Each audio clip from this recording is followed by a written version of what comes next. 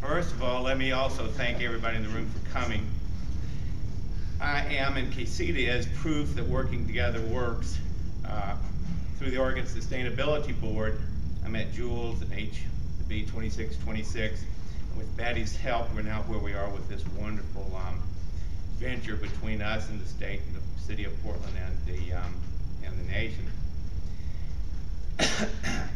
Klamath is and will be a power generation cluster and energy corridor, especially sustainable energy.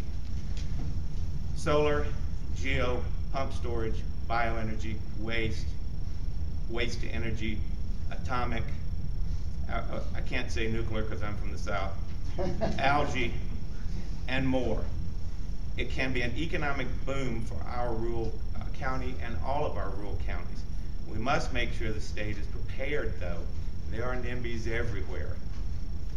Now that their rally is view space, there are going to be even more of them out there, I feel.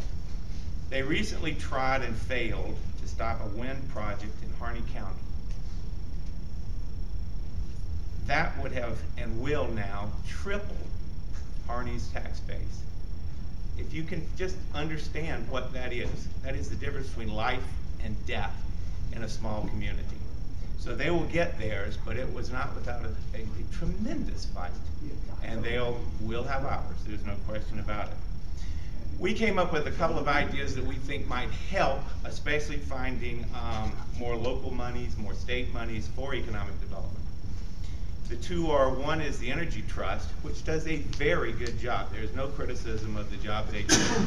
They gather some $55 to $60 million annually for grants and worthy weatherization and renewability projects. But what if a portion of those funds, say half, could be managed to be in a low interest fund, shared with EDDs and the state?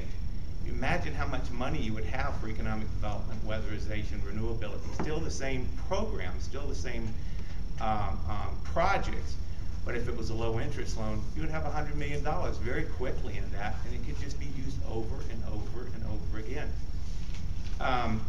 With the Climate Trust, these grants actually started in Klamath with our cogen plan. And we kind of feel like Climate Trust got the gold mine and we might have gotten kind of chaffed on this one because somehow all of our projects are never big enough for the Climate Trust. There are always some Helsinki Accords or something. Meanwhile, the local high school, which wants to go from fuels to geoheat because they sit on a geoheat mound, get turned down. So our thought with tweaking the Climate Trust would be basically maybe the same thing. Maybe half of it should be for local. Maybe they should do loan programs also there.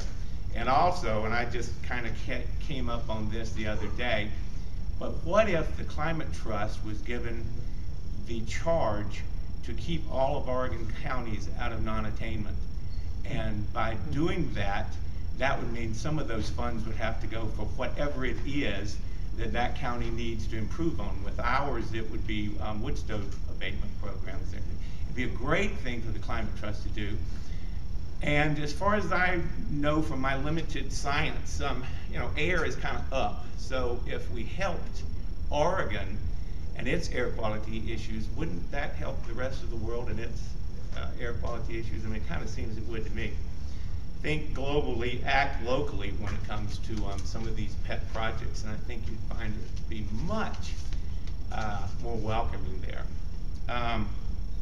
In other words, why give away the cow when people line up to buy the cream? I mean, it could be a good idea.